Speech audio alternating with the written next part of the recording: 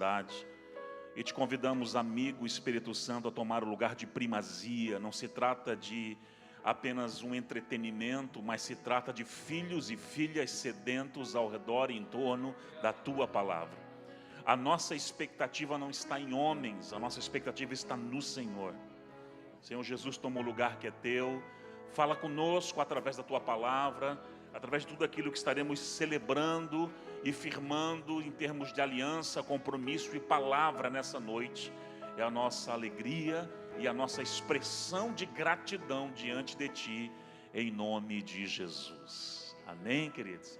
Dê o seu melhor aplauso a Ele então nessa noite. Glória a Deus. Você pode tomar o seu lugar. Fique à vontade. Para mim é uma alegria muito grande estar aqui. Deixa eu me apresentar um pouco, então acho que é melhor, acho que alguns não nos conhecem. A gente já veio ministrar aqui umas 2 vezes, eu creio, né, pastor? Mas eu me converti em 1996, né, onde eu disse sim para o Senhor Jesus. E a minha conversão vem de raízes familiares que não são muito fáceis. Meu avô foi um dos pais de santos mais famosos da cidade de Florianópolis. Então pessoas do Brasil inteiro iam até ali com ele, enfim, né, consultar e tal. Então eu nasci com a Umbanda, o Candomblé, ali sendo, né, a visão que nós tínhamos de Deus, era aquilo ali. E quando eu ia para o lado, isso lado materno, quando eu ia para o lado paterno, o kardecismo linha branca, porque a família Estel, na sua origem, desde Luxemburgo, quando é as raízes da nossa família, elas são com características já kardecistas desde muito tempo. Então eu estava ali com o espiritismo linha branca de um lado, e o outro lado é a Umbanda, o Candomblé. E eu fui o neto primogênito do kardecismo, né, do lado do meu pai. Então os guias e lá, aquilo tudo, eu já ia ser preparado para assumir o cajado espiritual do clã dos Estel. Raramente eu falo isso numa igreja, raramente, pastores, mas eu sinto aqui de expor a minha história inicialmente mesmo, até para que você me conheça um pouco mais. Então eu já estava sendo preparado por isso, para ser aquele que assumiu o cajado, mas, né, os planos aí no inferno deram errado e hoje eu sou André de Jesus. Então o evangelho entrou na nossa família de um jeito inusitado. Meu pai tinha um contato com o pai de santo muito grande, que é o que ajudava, enfim, né? E um dia o meu pai se revoltou dentro de um centro, de um terreiro.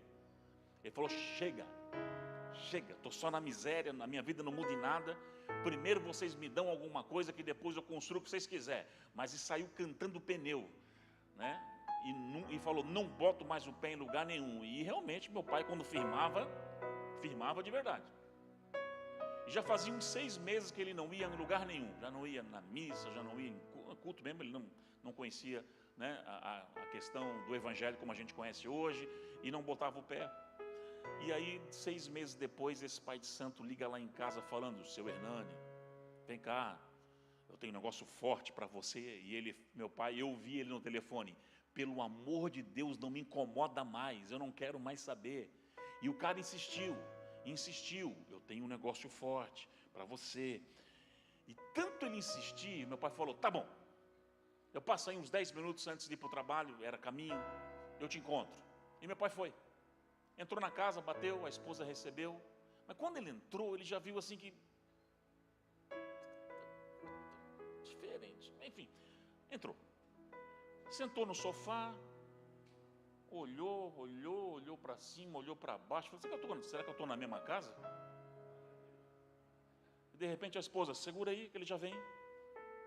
Daqui a pouco sai do quarto o homem, engravatado, com uma Bíblia na mão, e falou: seu Hernani, um negócio forte que eu tenho para você é Jesus.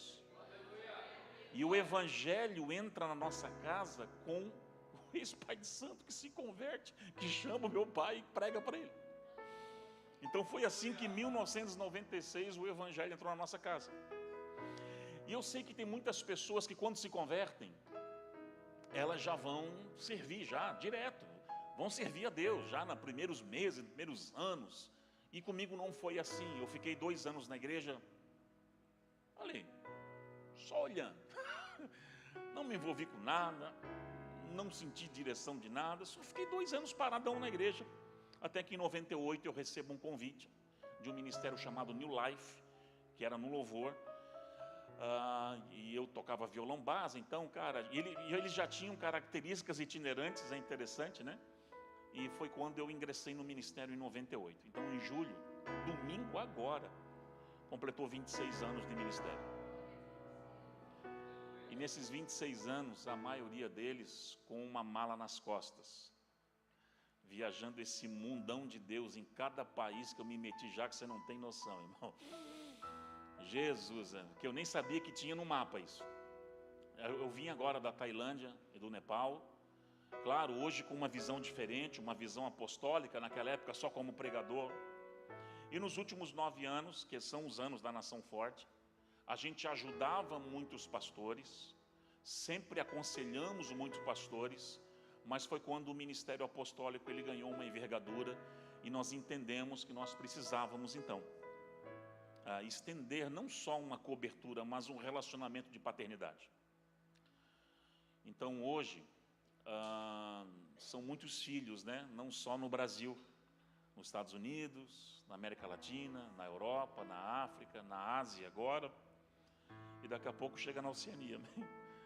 Então hoje eu me desdobro entre o pastoreio local, que os pastores local é que tocam muito mais do que eu, porque eu me concentro a maior parte do tempo hoje na esfera apostólica.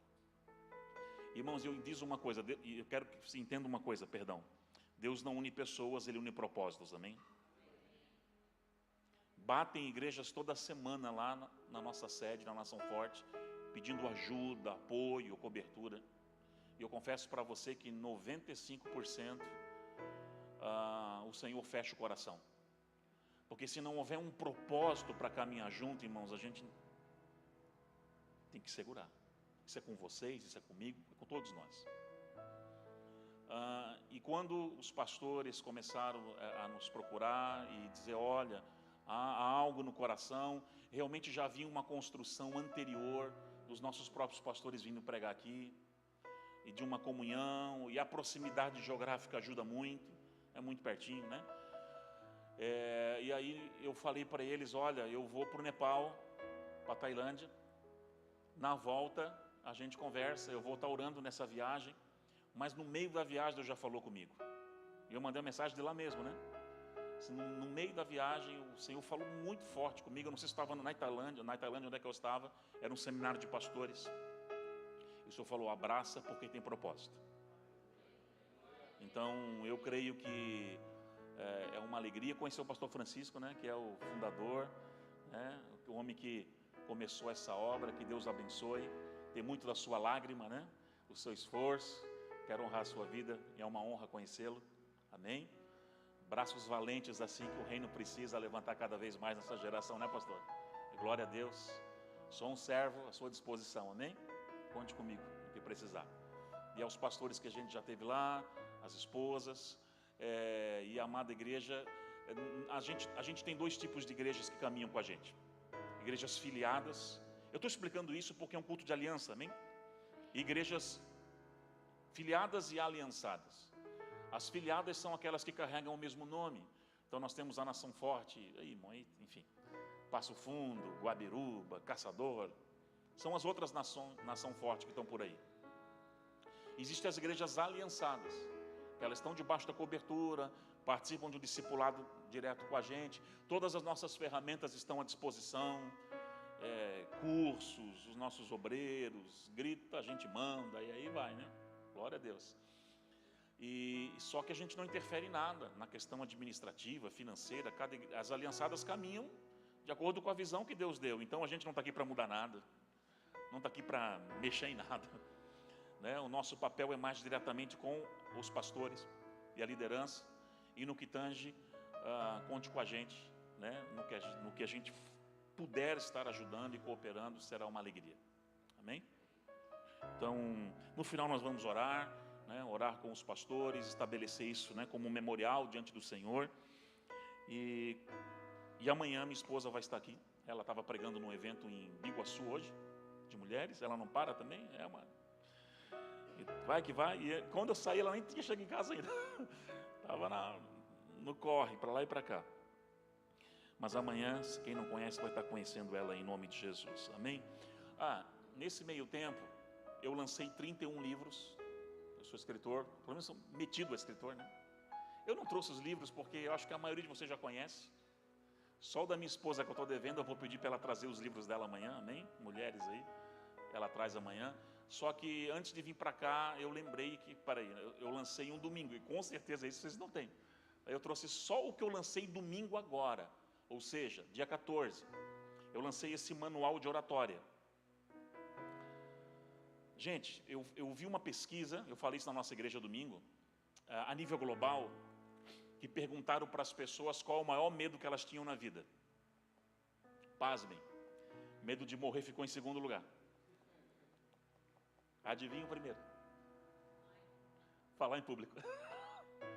O piriri, a tremedeira, a tela azul.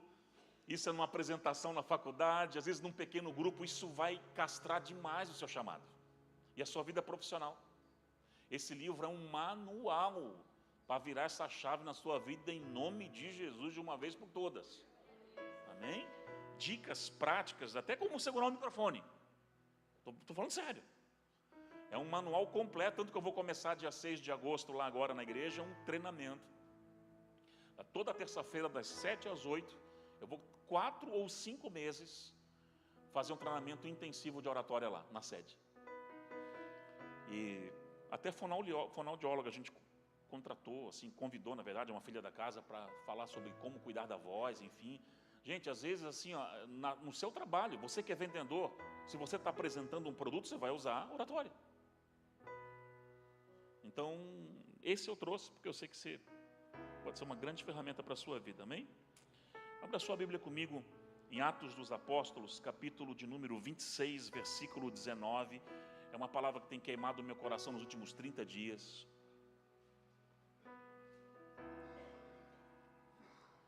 Compartilhei com os pastores a semana toda essa palavra lá.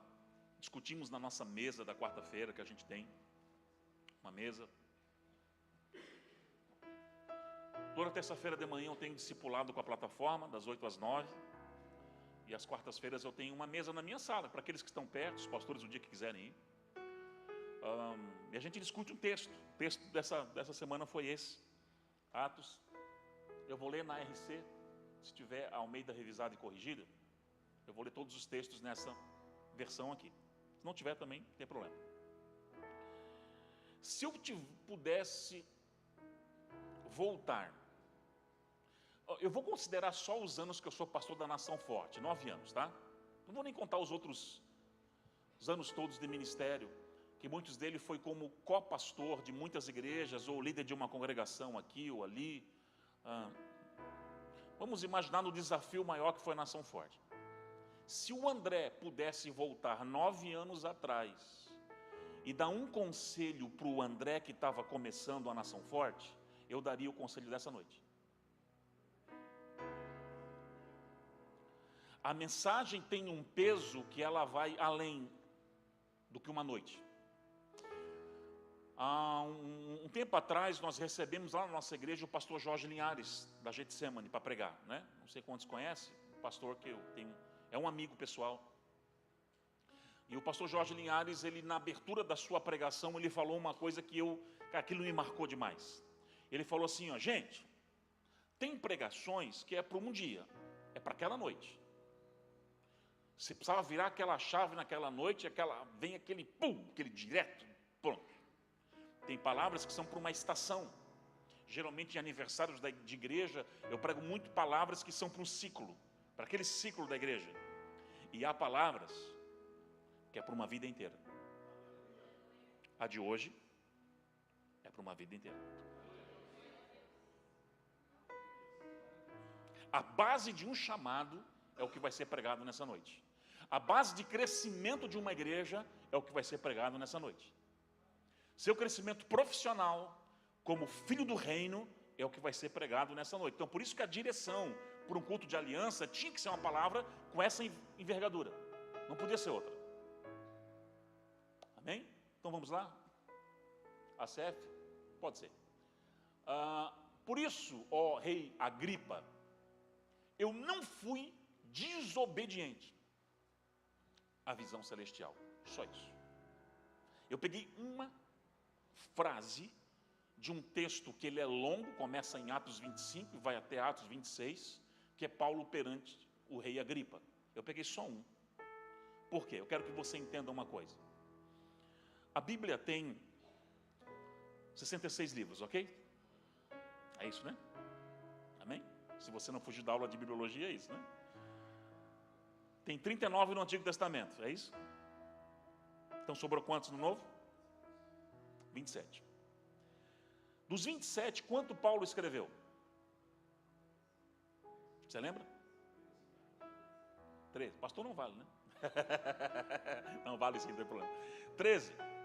Fora a dúvida que paira sobre o livro de Hebreus, que na minha opinião, inclusive, eu acredito que possa ter sido Paulo. Mas essa é uma opinião, o Hebreus é considerado anônimo, porque há muitos textos, né, terminologias iguais, 1 Coríntios 9, Hebreus 12, é muito texto igual, terminologia igual, mesmos exemplos, mas enfim, vamos considerar só os 13 que a gente sabe que é 13. Então estou falando de praticamente em forma quantitativa, a metade do Novo Testamento, autoria paulina. Ok, é muita coisa, sim ou não? Quantos anos ele tinha, mais ou menos, quando ele se converte em Atos 9, a caminho de Damasco? Ali falam entre 42 anos, 45, entre 40 e 45, até porque um homem, para ser um talmidim de um grande mente da época, como Gamaliel, não podia ser garoto. Ele já tinha passado por várias fases de aprimoramento rabínico, aliás, ele fala que ele foi, eu fui hebreu de hebreu segundo a lei, eu fui fariseu, e um fariseu formado não podia ser garoto. Então acredita-se que Paulo, ele tinha já perto de 45 anos, então ele não era um garotinho, é quase a minha idade, faço 45 esse ano. Imaginou que eu aqui da minha idade agora, estaria encontrando a caminho de Damasco Jesus. Quando que Paulo morre? Ou a idade? Acredita-se que quando ele está sendo decapitado em Roma, ele está com aproximadamente 65 anos. Então bora lá. Entre o ministério inteiro de Paulo, eu estou falando de 20 a 22 anos aproximadamente. Só que nesses 20, 22 anos também não foi pregando todos os dias. O cara apanhou que nem um condenado. É só você pegar 2 Coríntios capítulo 11. Cada navio que ele entrava naufragava. Eu não queria viajar com Paulo nunca, né? Entrar no avião com ele, meu Deus. E naufrágio, e ele fala, eu apanhei dos judeus 40 e poucas açoites menos um, e eu fui apedrejado, e eu fui açoitado, e me jogaram na sarjeta, e perigo de mar, e perigo de rio. Você olha para 2 Coríntios 11, dá até uma deprê ali. Eu falei, meu Deus do céu. Apanhou, e prisão. E como? Em tão pouco tempo, não tinha internet. Eu não sei se vocês filmam os cultos de vocês.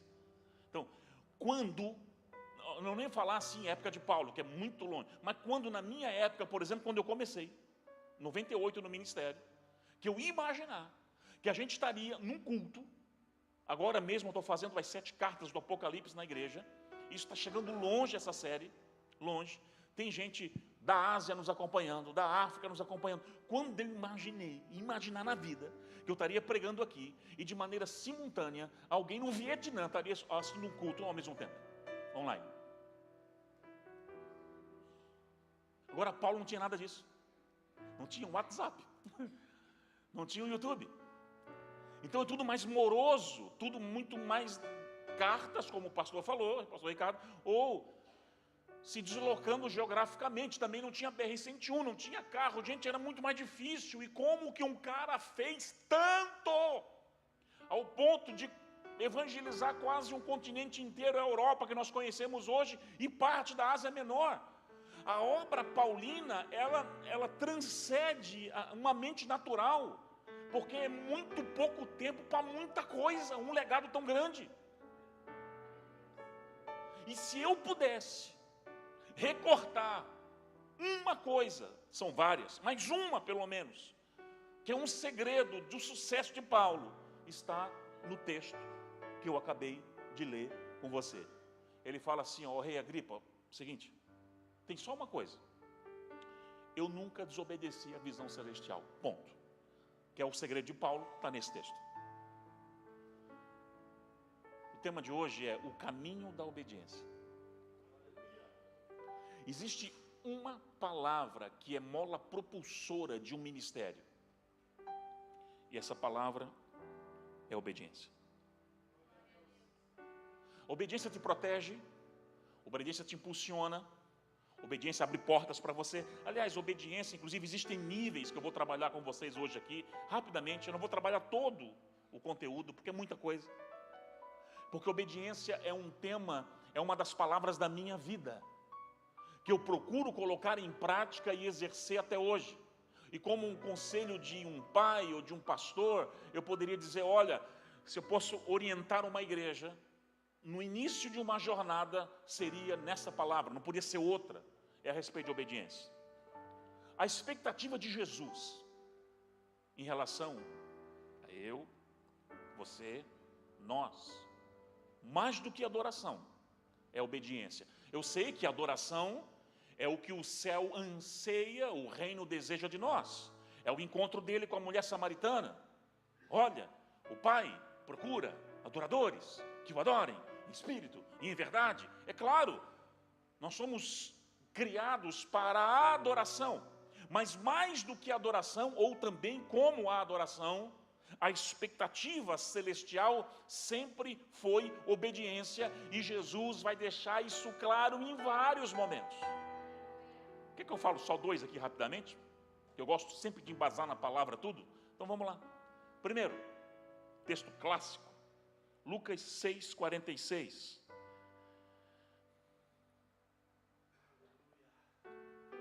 Lucas 6,46. E por que me chamais Senhor, Senhor, e não fazem o que eu digo? Jesus falando assim, ó, por que vocês até me adoram, ou levantam a mão e cantam canções dizendo, a ti eu entrego tudo, a ti Senhor, a ti isso, Senhor, Senhor, mas quando eu mando, vocês não fazem.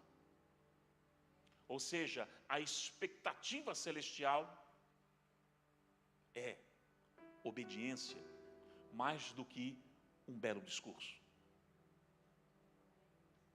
Sempre será a obediência. Existe uma parábola de Jesus que inclusive eu acho extraordinária, porque daí ele está confrontando obediência direto à classe maior, a classe farisaica da época. Essa parábola, você deve lembrar dela, mas vamos lá. Mateus 21, 28. Vamos ler juntos. Mateus 21, 28. Mas que vos parece? Um homem tinha 2 filhos. E dirigindo-se ao primeiro, ele disse assim, filho, deixa eu sair da frente, né? Vai trabalhar hoje na minha vinha. Ou seja, filho, vai lá. E esse primeiro filho, ele falou assim, não vou. Não quero. Mas ele se arrependeu. E foi. Só voltar lá um pouquinho. Essa é a diferença de arrependimento para remorso, tá? Remorso não há uma transição de movimento. Arrependimento sempre vai haver. O que mentia não mente mais, o que adulterava não adultera mais. O que falou que não ia agora vai. Esse é o verdadeiro fruto de arrependimento. Não vou, pai, mas foi. 30. Ele falou para o segundo filho, e esse primeiro filho, no primeiro momento, eu vou, mas era só garganta, era só papo, e não foi. Aí Jesus, pode passar? Ele pergunta para os religiosos da época, qual o que obedeceu, qual que fez a vontade do Pai? E os eruditos falaram, o primeiro, acertaram, sim ou não? Jesus ele está falando sobre obediência aqui. Ó, qual que fez a vontade do Pai? Qual que obedeceu? E eles acertaram. Então, o que esses religiosos esperavam? No mínimo, assim, de Jesus, ó, parabéns. Era essa a resposta certa? Mas não. Jesus parece agora que sai do assunto, que vai para outro lugar. Aí ele fala assim, ó, em verdade vos digo que publicanos e meretrizes entrarão diante de vós do reino dos céus. Ué? Ué? Como assim? O que isso tem a ver? Tem tudo a ver. Parece que Jesus saiu do assunto aqui, mas não saiu. Ele está falando sobre obediência. Ele usa uma parábolazinha, simples, curta, mas eficaz. Um que fala, mas não faz. O outro que errou na fala, mas se arrependeu e fez. E Jesus usa duas classes aqui sociais. Prostitutas, você sabe quem é. A mesma prostituta de antes é a mesma prostituta de hoje, no sentido de função, ou de posicionamento. Agora, publicano, quem era? Publicano era cobrador de impostos. Uma classe que era colocada à margem da sociedade. Você tem uma ideia? O Talmud, Mishnah, os tratados judaicos todos, tinham algumas regras específicas, que era o código de ética e conduta judeu da época. Se você recebesse um publicano na sua casa hoje, ela ia ser considerada imunda 7 dias. Era a mesma penalidade que um leproso. Você tem uma ideia? Um naipe que era receber um publicano na época. Se você tivesse uma causa na justiça e você quisesse chamar alguém para ser uma voz de testemunha, um publicano era proibido, porque ele era considerado ladrão, falto de caráter. Então Jesus pega um cara como esse, ele pega uma prostituta, ele olha para os religiosos da época, cheio de pompa, e fala assim, ó, eles vão passar na frente de vocês. Pensa no nível de confronto. Pensa esses caras agora arranjando os dentes. Porque Jesus está ensinando o quê? Olha, o que eu quero não é um bom discurso como vocês têm, ô fariseus, o que eu quero é prática. E tem uma turminha que está vindo aí, que está se convertendo ontem, que eles, ó, gente, o nível de obediência é radical, não negociam valores, não negociam princípios, e vocês que estão há 10 anos, 20 anos, 30 anos na igreja, essa turma vai atropelar vocês, porque tempo de igreja não quer dizer muita coisa, e sim níveis de obediência. O que Jesus ensina aqui, que não é o título, não é o que eu carrego, não é a pompa, é um nível de obediência que vai definir quem vai, quem não vai, quem fica, quem avança, quem conquista, quem não conquista, o meu nível de influência nessa terra ou não. Ah, se eu tivesse aprendido isso, mas, oh meu Deus, lá no início, eu tivesse um discipulador para me pegar em 98 e falar assim, ó, vem cá, vou te dar uma real agora aqui no reino, vou te ensinar uns princípios. Ah, meu Deus, estava muito mais longe. Muito mais longe. Vai dar tempo ainda, vem? Dá tempo para nós todos. Dá tempo. Até os sacrifícios. Sacrifício é importante? É claro que é. Mas se não for regido pelo bálsamo chamado obediência, não serve para nada. Você pode subir uma montanha aqui em Ilhota, pode se agarrar numa caverna, em qualquer lugar, e ficar 40 dias só na água, jejuando. O que vai acontecer com você? Emagrecer, né? Com certeza. Vai ouvir Deus, vai ter experiências com Ele, claro. Meu Deus, 40 dias orando. Mas se Ele te der uma instrução e você não obedecer, não valeu de nada os 40 dias, foi só passar fome. Sacrifício sem obediência não vale de nada. Aliás, quando você está encharcado pela obediência, até o sacrifício é direcionado. Jejua assim, assim, faz assim e assim. Um dia, Deus manda Saul apagar a memória de Amaleque. Lembra disso? Saul, é o seguinte, Saul, eu vou testar você, tá? Para você ser aprovado ou não no reinado. Você vai pegar os amalequitas, vai matar tudo. Papagaio, calopsita, tudo. É para apagar a memória de Amaleque. não toma nenhum despojo, porque até bezerro, animal, tudo vai para o fio de espada. Era uma nação que afrontou o Deus vivo de Israel durante muitos anos. Então chegou o tempo, e Saul, você vai ser meu instrumento de juízo na terra. Saul fez o quê? Matou os amalequitas? Matou. Mas ele poupou a vida do rei Agag. Ele botou uns carneirinhos no bolso. Ele obedeceu pela metade. Obedecer pela metade é igual desobedecer. Ou você obedece, ou você não obedece. Então chega o profeta e vê um balido de animais e fala: ô meu amigo, o que está acontecendo? 1 Samuel 15, 22, bota ali para mim, por gentileza. 1 Samuel 15, 22. Ele vai falar isso aqui para Samuel, para Saul, perdão. Samuel falando para Saul. Porém Samuel disse: tem porventura... porque Saul vai dizer assim para Samuel antes: não, eu separei uns carneirinhos para sacrificar ao Senhor. E Samuel fala: quem disse que Deus pediu carneirinho? Ele pediu obediência. Ele não pediu carneirinho nenhum para você. Aí Samuel vai falar isso aqui para ele, um texto conhecidíssimo. Disse Samuel: tem porventura o Senhor prazer em holocaustos e sacrifícios, como em que se obedeça a palavra do Senhor? Eis que obedecer é melhor do que o sacrificar, e o atender melhor do que a gordura de carneiros. Para Deus sempre foi obediência na frente. Ele fala: Saul, para com bobeira.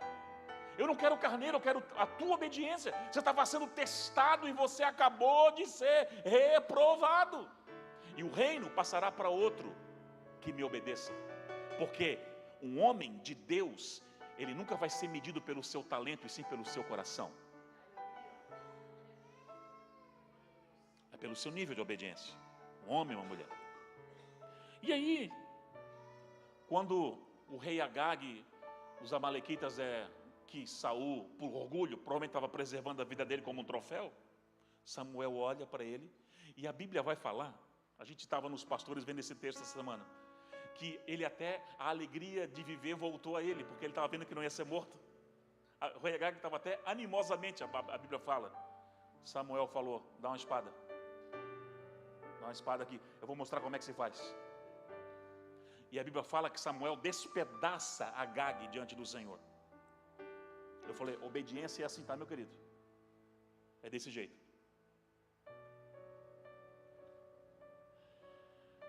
Até os sacrifícios financeiros, sacrifícios do seu tempo, quando são coordenados pelo Espírito, rompe. Deus vai te direcionando: oferta aqui, ajuda aqui, pega aqui, faz lá, abraça aqui, faz isso. Agora se separa 3 dias, jejua assim, jejua assado, jejua. A minha esposa agora mesmo, ela me procurou essa semana: olha, eu tive uma direção sacrificial para a intercessão, que a esposa do pastor Alexandre é a líder, a pastora Deise. Vocês vão acordar no dia 1º, tal horário, fazer isso, da manhã, e no dia 15, tal coisa. Deus deu a estratégia correta em oração, porque até o sacrifício, seja de oração, de jejum, tem que ser direcionado pelo Espírito. Obedecer é melhor que o sacrificar. Agora me diz, qual que é o inimigo público número 1 da obediência? Adivinha? E vou te dizer uma coisa, tá? Esses últimos anos, percorrendo o Brasil e as nações, sentando na mesa com pastores, o tempo todo, pastores, o tempo todo. Eu estou vendo que esse é o pecado do momento, pastor. É o pecado do momento no clero, com os pastores. O inimigo público número 1 da obediência chama-se obstinação. É engraçado que a primeira vez que eu tenho uma experiência com essa palavra não foi no Brasil, foi num país chamado Tanzânia. Eu estava lá pregando num evento de pastores, na Tanzânia, e o dia anterior eu fui tirar um cochilo assim, aquele soninho depois do almoço, e eu tive lá, eu estava hospedado na base do Africa for Jesus, e eu tenho aparece uma visão para mim. Na verdade não foi uma visão, foi num sonho. Um sonho, e um anjo vinha e escrevia na parede uma palavra. Ele escrevia grande: obstinação. Eu acordei, eu falei, eu já entendi na hora que é para pregar para os pastores no dia seguinte. Eu chamei o apóstolo Goodluck, ele fala português assim, bem até, muitos anos convivendo com brasileiros. Eu falei, Goodluck, o povo aqui sabe o que é obstinação? E ele, eu falei, meu Deus, e agora? Aí eu lembrei da Bíblia, porque o versículo posterior, o 23,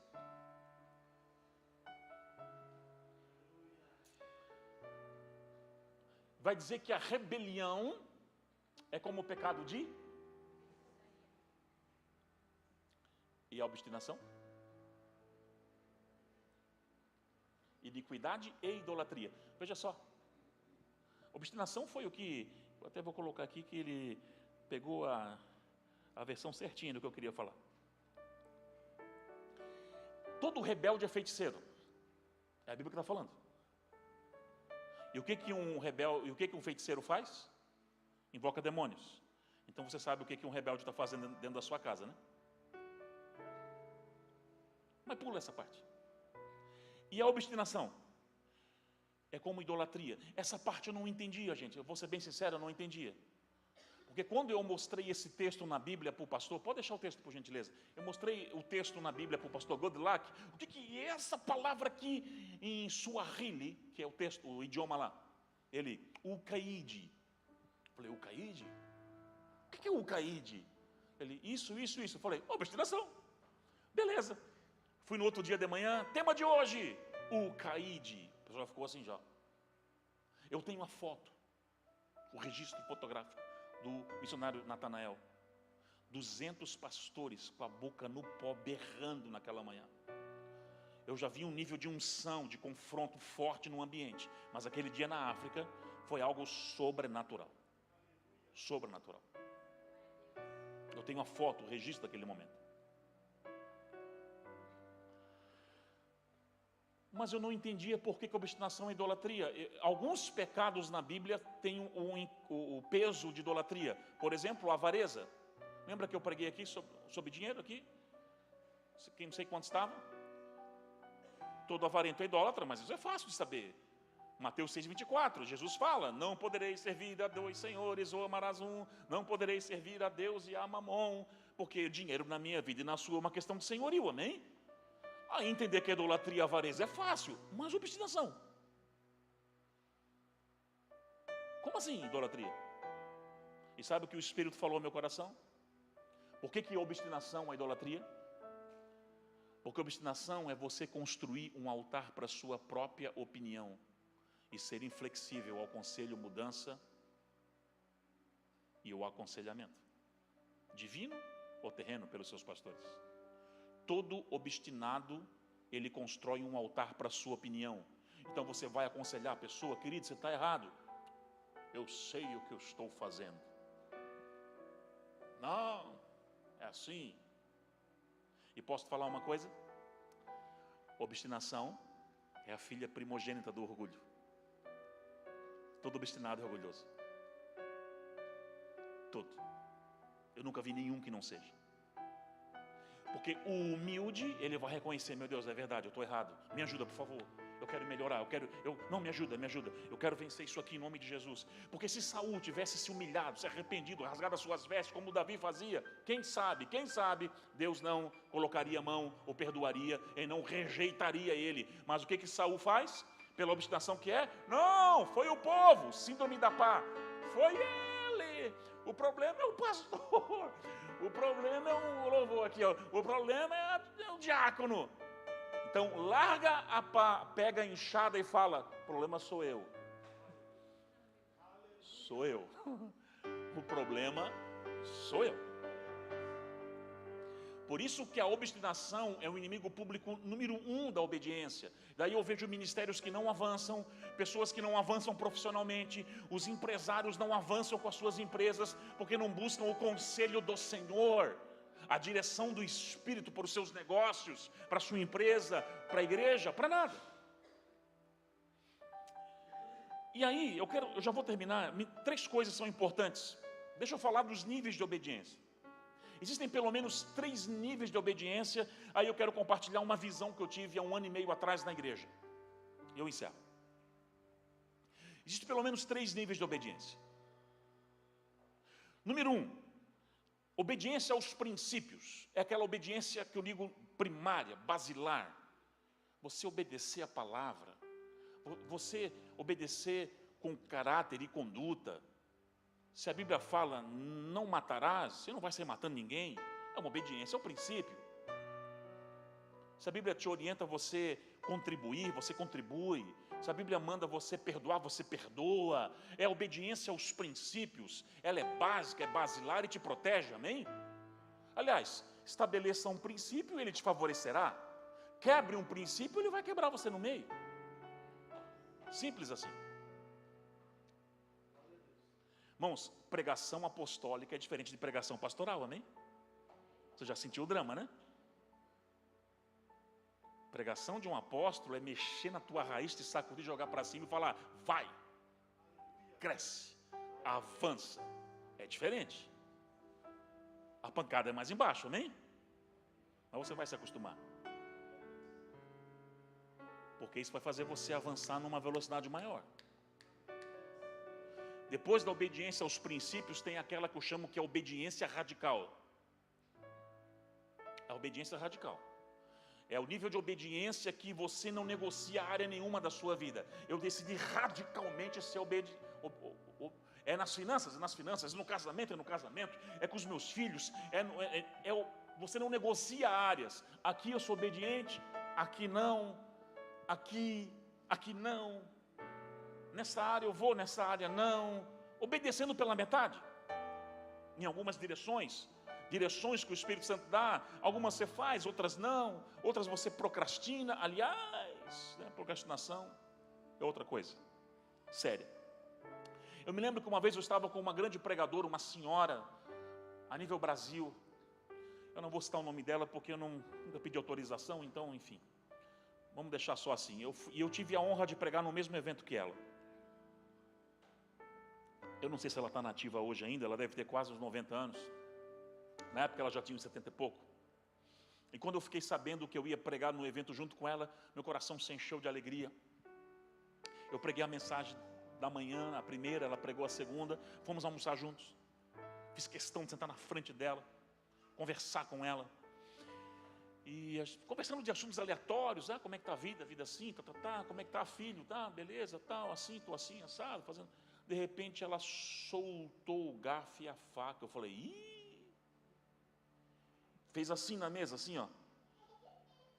Eu falei, lá vem uma chumbada forte agora. Ela falou assim, apontou com o dedinho dela assim, filho, você quer o tudo de Deus? Eu demorei uns segundinhos para responder, né? Se eu falar que sim, ela diz isso. Se eu falar que não, ela diz isso. Eu vou ser sincero. Eu quero tudo de Deus. Ela foi para trás e falou assim, então esteja disposto a dar o seu tudo para Ele também. E voltou a comer. Fiquei sem dormir umas 3 noites. 3 noites sem dormir, ela me botou em crise. Eu falei, tudo é tudo. Se você está disposto a viver o tudo para Ele, esteja disposto a entrar numa obediência radical e dar o tudo para Ele também. Do seu tempo, dos seus sonhos, dos seus recursos, das suas motivações, de tudo. Do seu chamado, dos seus dons, de tudo. Como nós somos bem meia boca, espiritualmente falando, e damos sempre a metade para Ele, a obediência é pela metade, não radical. Agora existe um terceiro nível de obediência. Obediência veloz. Além dos princípios, além de não negociar área nenhuma, eu entrar num nível de obediência veloz. Eu tenho um pacto com a minha esposa, ela pode confirmar isso. É um pacto que eu e ela temos. De não se pôr o sol antes que a gente obedeça uma ordem, uma direção do Senhor. Não se pôr o sol. Deus mandou, pá. Deus mandou, pá. Eu me lembro que Deus mandou uma vez eu dar o meu apartamento de oferta. Eu tinha demorado 15 anos para quitá-lo. Quando eu quitei em dezembro, Deus mandou, eu fiz um jantar com a minha família, de ação de graças, agradecendo pelo primeiro imóvel da nossa família. 30 dias depois, o Senhor fala comigo à noite, numa madrugada, e fala: filho, tu me amas? Eu falei: eu te amo, Senhor. Dá o seu apartamento para missões em África. Eu falei: para mim não tem problema. Chamei minha esposa, minhas filhas. Deus falou isso com o papai. E elas: papai, tudo certo. Deus falou 10 horas da manhã, nós entregamos a escritura em um ato profético às 4 da tarde, porque o meu acordo é não se pôr o sol sem que eu obedeça uma direção dele. É por isso que homens avançam e homens ficam. É por isso que tem mulheres que influenciam nações e outras vão ficar catando migalhas a vida inteira, porque nós somos procrastinadores. Deus fala, a gente fica empurramos com a barriga, amanhã, será que é? Será que não é? Será que eu faço? Será que eu não faço? E a gente fica enrolando e não obedece. Eu estou falando em todas as áreas da nossa vida. Vou confessar um pecado aqui, amém? Vocês vão conhecer que eu sou bem vulnerável, irmão. Eu falo mesmo que errei, que acertei. Vou confessar um pecado aqui. Teve uma coisa que eu demorei 48 horas para dar. Não é o meu acordo com o Senhor. Foi 48 horas que eu fiquei patinando. Os pastores sabem o que eu estou falando. Foi meu Fusquinha. Eu gosto de carro antigo, irmãos. Eu fiquei 3 anos reformando um Fusca. 3 anos. Quando eu botei o último pedaço de couro no bichinho, ele estava lindão. O Senhor falou: agora está bom para você dar. Não. Eu entrei em crise. Eu fiquei 2 dias em Nárnia, assim, ó. E as minhas filhas: dá esse troço de uma vez, pai. Eu falei: vocês não estão entendendo, é emocional, é sentimental. Quando deu 48 horas, eu falei: chega, o que eu estou fazendo na minha vida? Essa não é a aliança que eu tenho com o Senhor. Eu levantei um altar de arrependimento. Fiz um jejum de arrependimento. Falei: ele está indo hoje. Deixei na igreja e depois os irmãos levaram para o Rio Grande do Sul, que é onde foi a direção que Deus mandou ofertar. Bem longe de mim já, de propósito. A única que demorou 48 horas. Então, assim, não é sorte. Deus não ama mais um do que outros. Deus ama todos, amém? Mas não confia em todos.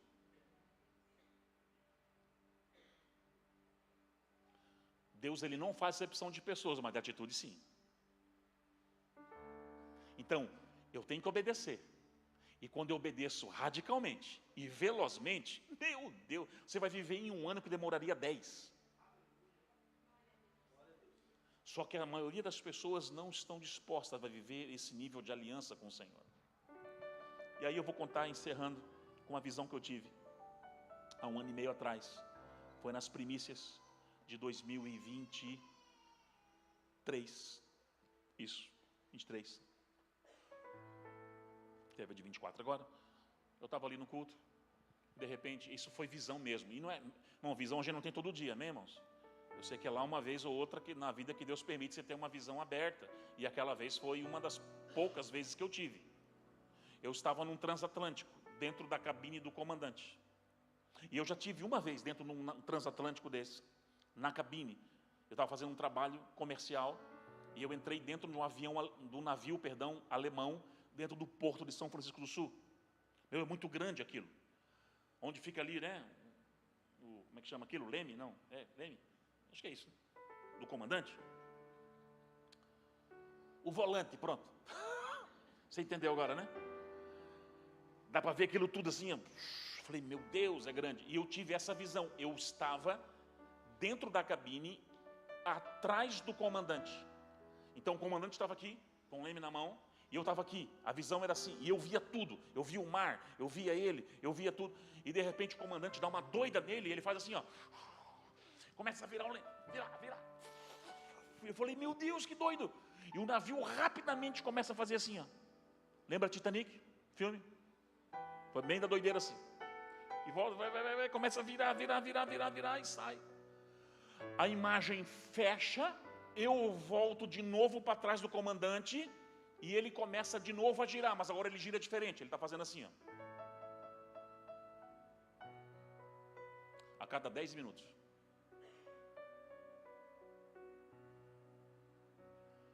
E eu olhava para o mar.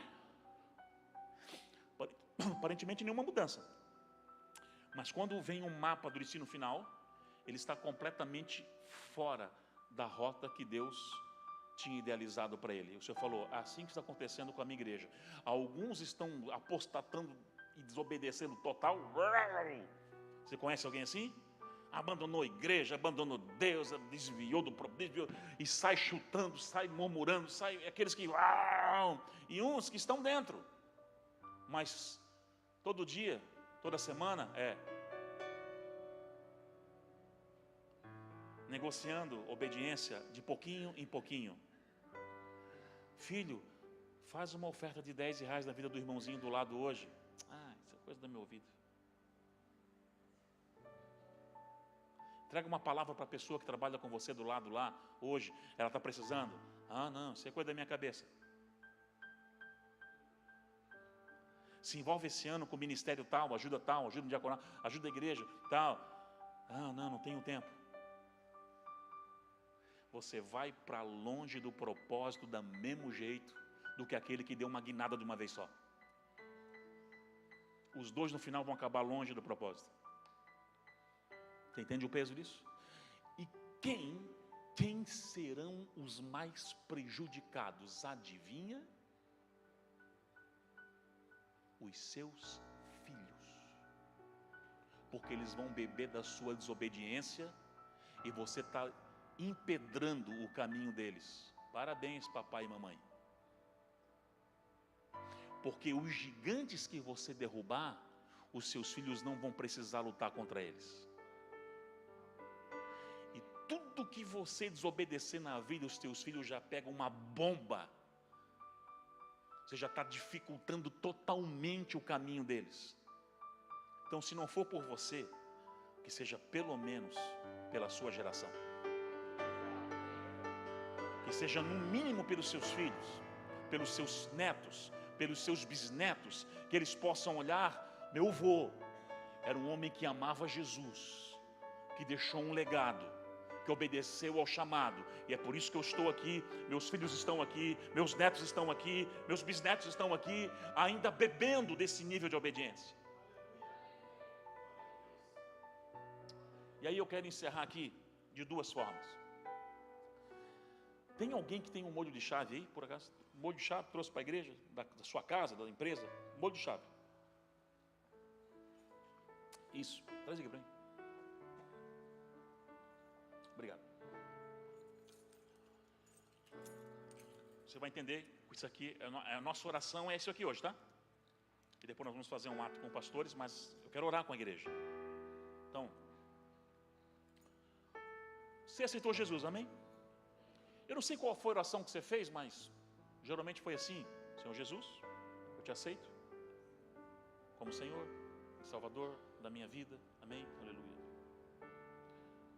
A gente fez esse ato com finanças, não foi? Fizemos com finanças. Quem estava aqui? Meu Deus, onde é que você estava?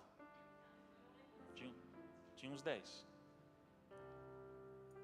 Foi com os casais que a gente fez, né? É bom que a gente vai repetir com a igreja agora, mas numa outra pegada. Aí, você aceitou Jesus e falou: eu te aceito como Senhor e Salvador. O Salvador é aquele que vai te levar para o céu, certo? Tirou de uma vida de lodo, de lama, de pecados, colocou tudo numa rocha firme agora que é Jesus. E o Senhor? O Senhor que reina em você. Então a Bíblia compara nós como casa dele, né? Casa espiritual. Tem até canções que falam sobre isso. Somos casa, etc. Então, vamos imaginar que a sua casa tem vários compartimentos. Quarto 1, quarto 2, sala, sótão, cozinha, sala de estar, banheiro. Então, Jesus entrou na sua casa, porque você deixou, amém? Você convidou. Ele sentou no sofazinho da sala e você falou: oh, Jesus, que lindo, eu entreguei a minha vida por você, que coisa boa. Então agora está aqui o controle total da minha vida. Aqui está todas as chaves, essa do quarto 1, do quarto 2, tudo aqui eu estou entregando para você, estou entregando a minha vida. Aí quando você vai entregar um molho de chave inteiro para ele, você, o quarto 3. esqueci. Que tá sujeirada. Essa não. Mas Jesus, agora sim, todo o controle, Sótom, meu Deus do céu. Sótom. Meu Deus, se ele entrar no Sótom.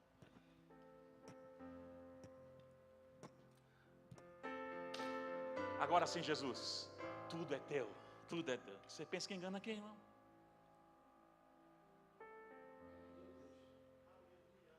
Aí você entregou assim uma parte, né? Uma parte da vida entregou, o seu trabalho você não entregou, as finanças também não, quem governa é Mamon, não é Jesus, o seu casamento, mais ou menos, os filhos, sei lá, os filhos até que você pegou, entregou para ele, você quer que Jesus faça algo, amém, pelo menos isso, aqui não, aqui sim, aqui não, foi jogando a chave, essa chave sim, essa sim, essa não, essa sim, essa não, no final, tem um negocinho de nada assim, Jesus pega, coitado. Eu vou reinar onde aqui? Então tem um dia que um homem e uma mulher tomam uma decisão na vida. Pegar as chaves todas e falar, chega. Acabou. Chega de migalha, chega de miséria, chega de uma vida mais ou menos.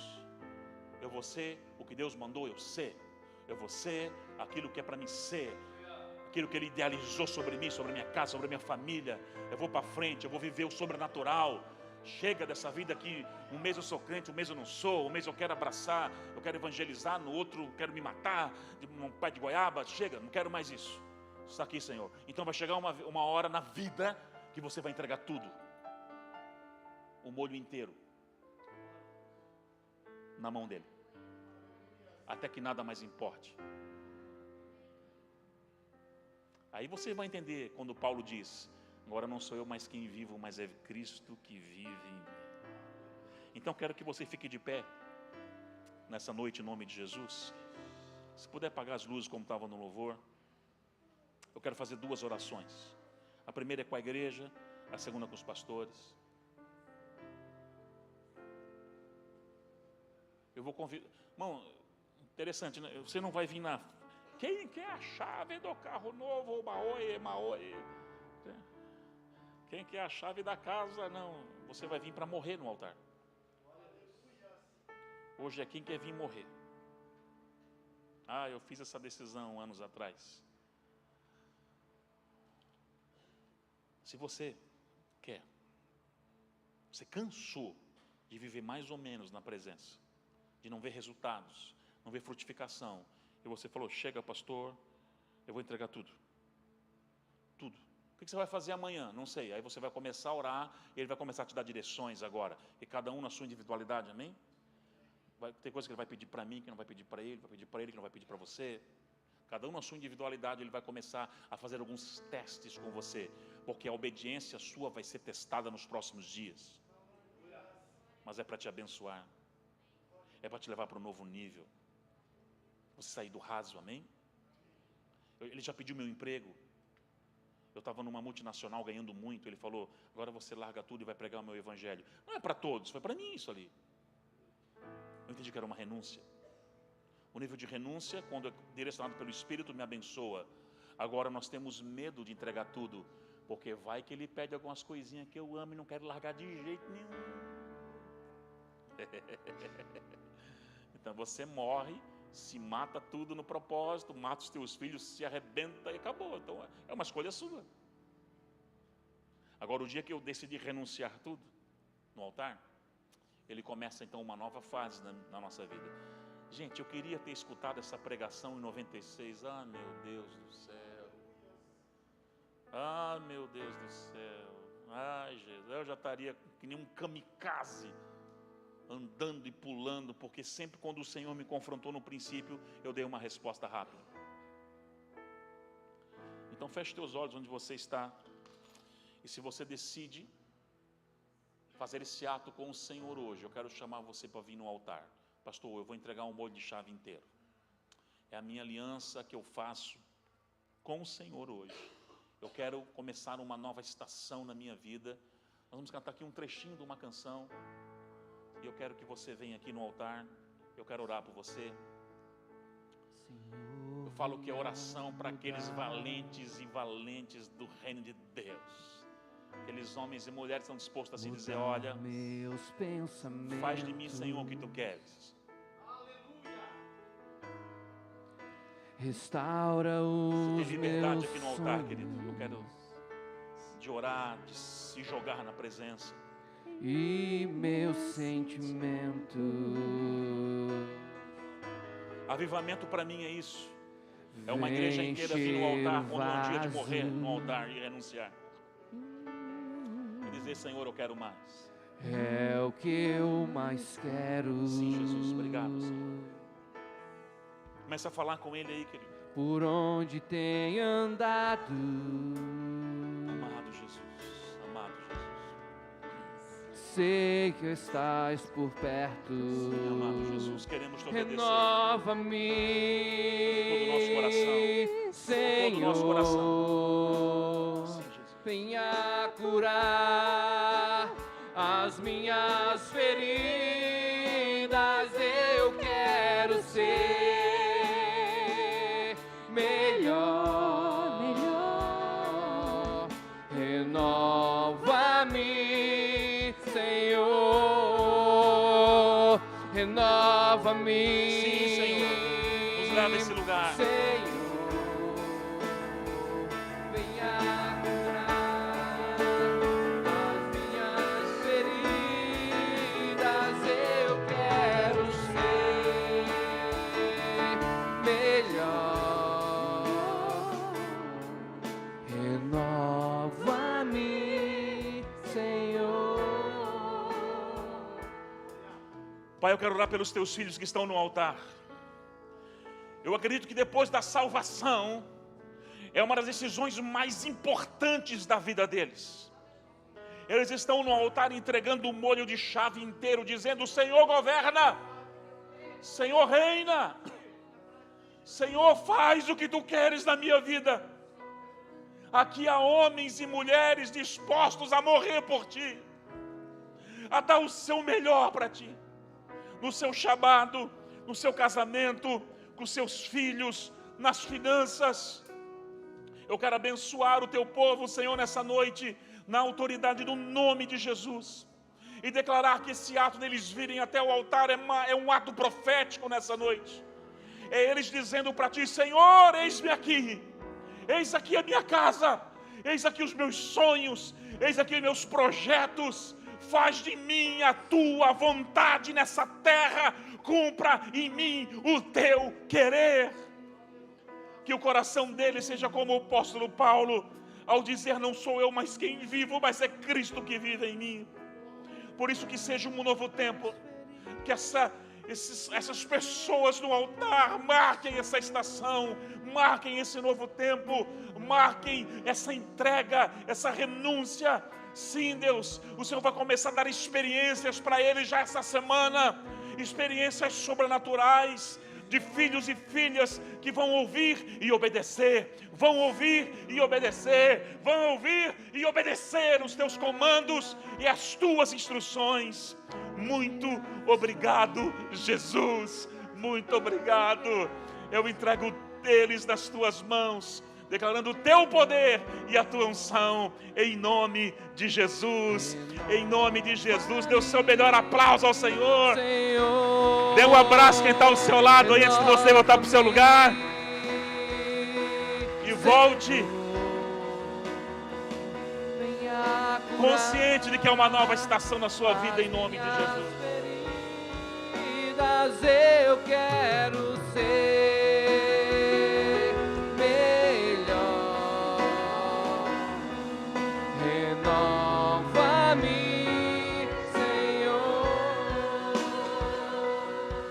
Gente, um avivamento verdadeiro não é só emocional. Pessoas no altar dizendo: eu decido te obedecer com todas as minhas forças. Uma explosão ocorre num ambiente, num lugar, numa igreja, em qualquer lugar, quando há pessoas decididas a obedecer nesse nível, irmãos. E eu queria, com a permissão dos pastores, antes de passar o microfone de volta para eles, está orando aqui pelos dois casais, né, que estão à frente. Pastor Ricardo, Pastor Marcos, as esposas estão aqui também. Pastor Francisco também, se quiser. Acho que ele saiu, né?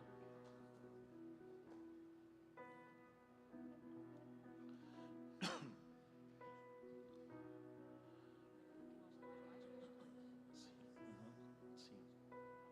Eu sei que há mais pastores aqui. Estou chamando só mais aqueles que estão diretamente, né? Que a gente está com contato maior. Eu sei que é um corpo de obreiros abençoados aí também nessa casa, né? Quero dizer que para mim é uma honra, né? Poder caminhar mais perto de vocês. Para nós vai ser uma alegria, um privilégio. Sei que nós vamos estar afinando cada vez mais a comunhão, os passos. E saibam que eu, a minha casa, e quando eu falo minha casa, é minha casa pessoal. A casa chamada Nação Forte. Eu tenho parte de 2 pastores aqui hoje. E não só eles, mas aquele time todo enorme que nós temos lá, estão aqui à disposição para servi-los. E nós queremos ligar isso no mundo espiritual agora, amém? Aquilo que ligares na terra, No céu. é o que nós vamos fazer agora, em nome de Jesus, amém? Ligar no mundo espiritual essa aliança, que a gente possa caminhar muitos e muito tempo junto, frutificando junto, crescendo junto e obedecendo ao Senhor junto, que é o nosso papel, meu, de todos nós, amém? Então estenda suas mãos para cá, nos abençoe você que está aí. Pai, nós te agradecemos por esse momento, por essa aliança que foi firmada em primeiro lugar nos céus. O tema dessa conferência é aliançados. É o que nós estamos celebrando aqui, essa aliança. O Senhor recebendo dentro da nossa árvore ministerial, chamada Nação Forte, a Igreja Verdade em Cristo aqui de Ilhota.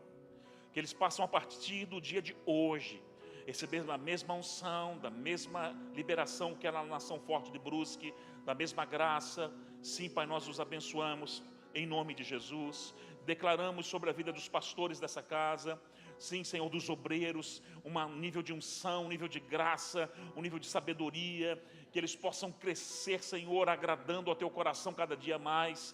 Leva eles a experiências novas, leva eles a novos níveis de ferramentas no mundo espiritual, que o Senhor surpreenda-os nesses dias. E como pastor, como apóstolo, quero os abençoar, Senhor, e declarar toda sorte de bênção nas regiões celestiais, sobre a família pessoal de cada um deles, sobre o lar deles, o casamento, os filhos, sobre as finanças dessa casa, sobre a vida espiritual dessa casa, os ministérios, os dons que aqui fluem, que possam ser potencializados nesse tempo. Assim nós agradecemos, celebramos essa aliança e firmamos, Senhor, no mundo espiritual ela nessa noite, ligando aqui na terra. Eu sei que está sendo ligado nos céus, em nome de Jesus. Amém, queridos? Esse é o melhor aplauso ao Senhor. Pastores, obrigado.